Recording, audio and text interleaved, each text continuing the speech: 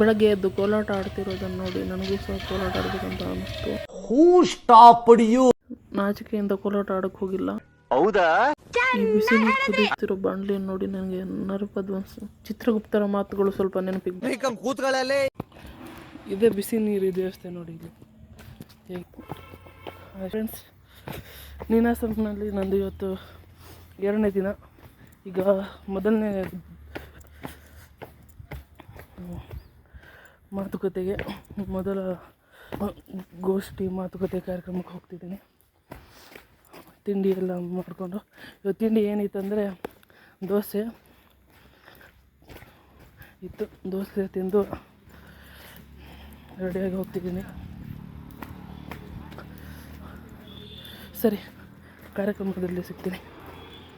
ಆಯಿತು. ಆಮೇಲೆ ಅಲ್ವಾ, ಇದು ಸೆಷನ್ ಪ್ರಾರಂಭದಲ್ಲೇ ಒಂದು ಅಭಿಪ್ರಾಯ ಇಟ್ಕೊಂಡು 1.5 ಗಂಟೆ ಕಾಲ ನಂತರವೂ ಅದೇ ಅಭಿಪ್ರಾಯ ಇಟ್ಕೊಂಡ್ರೆ ಅದು ಬೆಳವಣಿಗೆ ಇರೋದು. ಆಯ್ತಾ?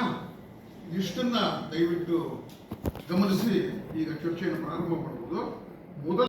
ಮೊದಲನೇ ದಿನ ನಡೆದಂತಹ ಹೃದಯದ ತೀರ್ಪು ನಾಟಕದ ವಿಮರ್ಶೆ ಹಾಗೂ ಅವರವರ ಅಭಿಪ್ರಾಯ ಈಗ ಕಲಾವಿದರ ಮುಂದೆ ಹೇಳುತ್ತಿದ್ದಾರೆ. ಅಭಿಪ್ರಾಯ ಎಲ್ಲ ಹೇಳಿ ಆದಮೇಲೆ ಕಲಾವಿದರು ತಮ್ಮ ಪರಿಚಯ ಮಾಡಿಕೊಂಡ್ರು.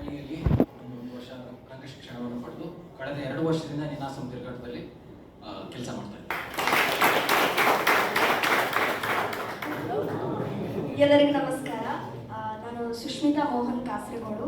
ಕಳೆದ ವರ್ಷ ಇಲ್ಲಿ ರಂಗಶಿಕ್ಷಣವನ್ನು ಪೂರ್ತಿ ಮಾಡಿದ್ದೇನೆ. ಈ ವರ್ಷ ತಿರುಗಾಟಕ್ಕೆ ಮತ್ತೆ ಬಂದಿದ್ದೇನೆ. ನನ್ನ ಹೆಸರು ತ್ರಿಷಾ ಶೆಟ್ಟಿ, ಮಂಗಳೂರು. ಕಳೆದ ವರ್ಷ ಸ್ಟೂಡೆಂಟ್, ಈ ವರ್ಷ ತಿರುಗಾಟ. ನಾನು ಗಣೇಶ್ ಬಿ ಮಂಕೋಣಿ, ಶಿವಮೊಗ್ಗದವನು. ನಿನ್ನೆ ನಾಟಕಕ್ಕೆ ಬೆಳಕು ಪಡೆದಿದ್ದೀನಿ. ನೀನಾಸಂನ ಹಳೆಯ ವಿದ್ಯಾರ್ಥಿ, ಈ ಸತಿ ಮ್ಯಾನೇಜರ್ ಆಗಿ ಕೆಲಸ ಮಾಡ್ತಾ ಇದ್ದೀನಿ. ನಾನು ಅಶೋಕ್, ಮೈಸೂರಿಂದ. ನನ್ನ ಹೆಸರು ಮಣಿಕಂಡ, ನನ್ನೂರು ಸಿರಿಗೇರಿ, ಬಳ್ಳಾರಿ ಜಿಲ್ಲೆ. ಹೋದ ವರ್ಷ ಕೋರ್ಸಲ್ಲಿದ್ದೆ, ಈ ವರ್ಷ ತಿರುಗಾಟದಲ್ಲಿ. ಎಲ್ಲರಿಗೂ ನಮಸ್ಕಾರ. ನಾನು ರಂಜಿನಿ, ಚನ್ನರಾಯಪಟ್ಟಣದಿಂದ. ನಾನು ಸಾಣೆಹಳ್ಳಿಯ ಹಳೆಯ ವಿದ್ಯಾರ್ಥಿನಿ, ಈಗ ತಿರುಗಾಟಕ್ಕೆ ಬಂದಿದ್ದೀನಿ. ಅಶ್ವಥ್ ಬಸದುರ್ಗ, ಹೋದ ವರ್ಷ ವಿದ್ಯಾರ್ಥಿ, ಈಗಲೂ ವಿದ್ಯಾರ್ಥಿ.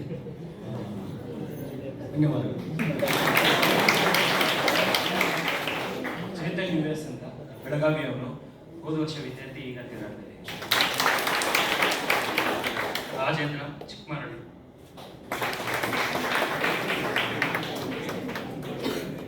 ಈ ನಾಟಕ ಬಹಳ ಮುಖ್ಯವಾಗಿ ಬೆರಿಬೇಕಾದಂಥ ವಿಚಾರ. ಅದು ಎಲ್ಲೋ ಒಂದು ಕಡೆಗೆ ಸಣ್ಣ ಮಿಸ್ ಆಗ್ತಾ ಇದೆ. ಅದು ಬೆರಿಬೇಕು. ಅದು ಬೆರೆತಾಗ್ಲೇನೆ ಆವಾಗ ಯೂಸುಫ್ನ ತಾಯಿ ಹೇಳುವ ಕೊನೆಯ ಮಾತಿಗೆ ಅರ್ಥ ಬರೋದು. ಈ ಕಥೆ ಚೆನ್ನಾಗಾಗಬೇಕು. ಅದರಿಂದ ಇವತ್ತು ಗಾಂಧಿ ಜಯಂತಿ ಅಲ್ವಾ? ಗಾಂಧಿ ತನ್ನನ್ನೇ ತಾನು ಪರೀಕ್ಷೆಗೆ ಒಡ್ಕೊಂಡು ಮಾಗಿದಂಥ ದಿನ, ಅವರು ಹುಟ್ಟಿದ ದಿನ ಇವತ್ತು. ಕೆ.ವಿ. ಸುಬ್ಬಣ್ಣ ಅವರು ರಂಗಭೂಮಿ ಮತ್ತು ಸಮುದಾಯ ಅಂತ ಒಂದು ಕಿರು ಪುಸ್ತಕವನ್ನು ತಂದಿದ್ದಾರೆ. ನೀವು ಅದರಲ್ಲಿ ಗಮನಿಸಿದರೆ ನಮ್ಮ ನಾಟಕಗಳನ್ನ ನಾವು ಹೃದಯದ ತೀರ್ಪು ನಾಟಕದ ನಿರ್ದೇಶಕರು ಸಹ ಅಭಿಪ್ರಾಯಗಳ ಫಸ್ಟ್ ಸೀಸನ್ ಆದಮೇಲೆ 3-4 ಫೋಟೋ ತಗೊಂಡೆ. ಪ್ರಸ್ತುತ ಮಹಾಭಾರತ ಬರೆದ ಜೈ ಮೋಹನ್ ಮತ್ತು ಅದನ್ನು ಅನುವಾದ ಮಾಡಿದವರು ಬಂದಿದ್ರು 2ನೇ ಗೋಷ್ಠಿಗೆ. ಅವರ ಮುಖ ನೆನಪಾಗುತ್ತೆ. ಆ ಮುಖ ನೆನಪಾದಾಗ ಇದ್ರ ಬಗ್ಗೆ ಬರೆಯದೇ ಇರೋದಕ್ಕೆ ಸಾಧ್ಯವೇ ಇಲ್ಲ. ಒಬ್ಬಗೆ ಅವನು ನಿರಕ್ಷರ ದುಷ್ಟ. ಆದರೆ ನಾನು ಕಂಡ ಅತ್ಯುತ್ತಮ ಮನುಷ್ಯರಲ್ಲಿ ಆತ ಕೂಡ ಒಬ್ಬ ಅನ್ನೋ ಮಾತನ್ನ ನಂತರ ಪ್ರಸಿದ್ಧ ಲೇಖಕರು ಜಯಮೋಹನ್ ರವರು ಮಾತನಾಡಿದರು. So I am demystifying the theatrical version of Mahabharata, and I am making it a real story, but not a real story like what Bhairappa did in Parva. Bhairappa makes a very realistic text out of Mahabharata. but I am actually using all kind of metaphors and original archetypes, and I am using ಅವರು all ಹೇಳಿದ kind of climax ಅನ್ನು ಬರ್ಕೊಂಡೆ. magical realisms and fantasies in my. ಆಯ್ತು, ಆಮೇಲೆ Krishna organized the great war of Mahabharata. So if he is a god or a godly person or a Vedanti, to be precise, he is a Vedanti. Why he organized this kind of big war? Is it a simple family feud? Caused a lot of loss of lives? No. Any great war is an end of an epoch and starting of another epoch. Take World War.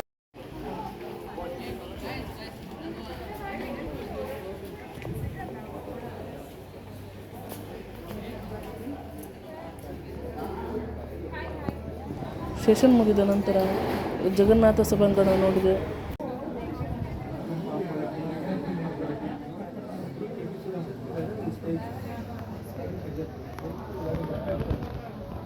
ಮಧ್ಯಾಹ್ನದ ಸಮಯದಲ್ಲಿ ವಿಶ್ರಾಂತಿ ಕೊಠಡಿ ಹತ್ರ ಕೂತ್ಕೊಂಡಿದ್ದೆ. ವಿಶ್ರಾಂತಿ ಕೊಠಡಿ ಹೀಗಿತ್ತು. ಮಧ್ಯಾಹ್ನ ಊಟ ಮಾಡಿ ಅಚ್ಯುತ್ ಕುಮಾರ್ ಸರ್ ಹತ್ರ ಒಂದು ಫೋಟೋ ತೊಗೊಂಡೆ. ಆಮೇಲೆ ಪೂರ್ತಿ ನಿವಾಸಂ ನೋಡೋಕ್ಕೆ ಹೋಗಿದ್ದೆ. ಆವಾಗ ತುಂತುರು ಮಳೆ ಬಂತು. ಮಳೆ ಬರುವಾಗ ಹೆಗ್ಗೋಡು ನೇಚರ್ ಹೀಗಿತ್ತು. ಇದನ್ನು ನೋಡಿ ವಾವ್. ಇನ್ನು ಕೆಲವೇ ಕ್ಷಣದಲ್ಲಿ ಮಧ್ಯಾಹ್ನದ ಕಿರು ನಾಟಕ ಪ್ರಾರಂಭವಾಗುತ್ತದೆ. ಕಿರು ನಾಟಕ ಇತ್ತು. ಇಬ್ಬರ ಸಂಭಾಷಣೆಯ ನಾಟಕ ಆಗಿತ್ತು ಅದು. ಅಂದರೆ ಓದ್ತಾ ಸ್ಕ್ರಿಪ್ಟ್ ಓದ್ತಾ ತಮ್ಮ ಭಾವನೆಗಳನ್ನು ವ್ಯಕ್ತಪಡಿಸುವುದಾಗಿತ್ತು. ಚೆನ್ನಾಗಿತ್ತು ನಾಟಕ. ನಾಟಕ ನೋಡಿ ಆದಮೇಲೆ ಟೀ ಬ್ರೇಕ್ ಇತ್ತು. ಟೀ ಕುಡಿದು ಫೋಟೋಸ್ ನೋಡಿದೆ. ಹಲವು ಚಿತ್ರಣಗಳ ಮೂಲಕ ನೀನಾಸಂನ ಇತಿಹಾಸವನ್ನು ತಿಳಿದುಕೊಂಡೆ. ಎರಡನೇ ದಿನದ ಕೊನೆಯ ಗೋಷ್ಠಿ ಈಗ ಆರಂಭವಾಗುತ್ತಿದೆ. ಇವರು ಹಿಂದೂಸ್ತಾನಿ ಸಂಗೀತ ಮತ್ತು ಠುಮ್ರಿ ಶೈಲಿಯನ್ನು ಪರಿಚಯಿಸಿದರು. ಕೊನೆಯ ಗೋಷ್ಠಿ ಮುಗಿದ ಮೇಲೆ ಸಂಜೆ ಉಪಹಾರ ಸೇವಿಸಿ ಚಹಾ ಕುಡಿದು ನಾಟಕ ನೋಡಕ್ ಬಂತು. ಇವತ್ತಿನ ನಾಟಕ ಅವತಾರಂ ಗ್ರಂಥಾಲಯ.